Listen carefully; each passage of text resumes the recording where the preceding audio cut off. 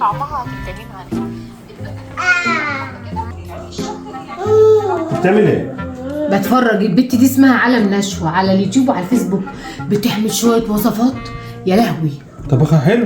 طبخها حلو قوي، بفضل طول النهار اتفرج عليها عشان اعمل زيها. انت هتعرف تعمل زيها؟ امال انا اعمل احلى منها. يعني هي شاطره؟ ده تلاقي وراها مخرجين ومنتجين ويقعدوا يعملوا اكل بلاستيك، ما بقاش اكل حقيقي. هي جات لها حلو. يحطوه في بس انا اسف. لا هي حلوه. لا كمل ايه. ما شاء الله على ربنا يحميك. هي قمر صح؟ والله. جميله. المهم هتعرف تعمل لنا اكل زيها؟ امال ايه احسن منها؟ انت شاطره ما شاء الله عليك.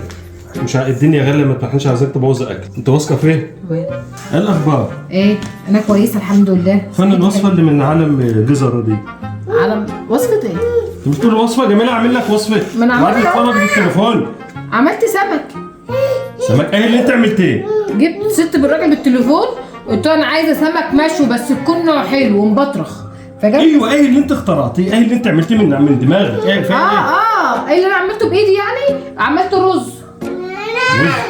والرز ده ما انا بعرف اعمل الرز. لا اصل عملته بالشعريه. قاعده تتفرج عليها بقالك اكتر من 5 سنين، كل اللي فهمتيه منها السمك المشوي. ده جميل. جميل ايه يا ستي؟ يا ابني انت بتصدق بتوع اليوتيوب دول ما يعرفوش يطبخوا اصلا. ايوه. رز ولعت عليه. مفيش لا سلطه ولا حاجه طبعا. لا ما هي ما عملتش سلطه، هي كانت عامله لجوزها راجل كده ايه كشري يتيم كده مبوز ونكد، اعترض بقى.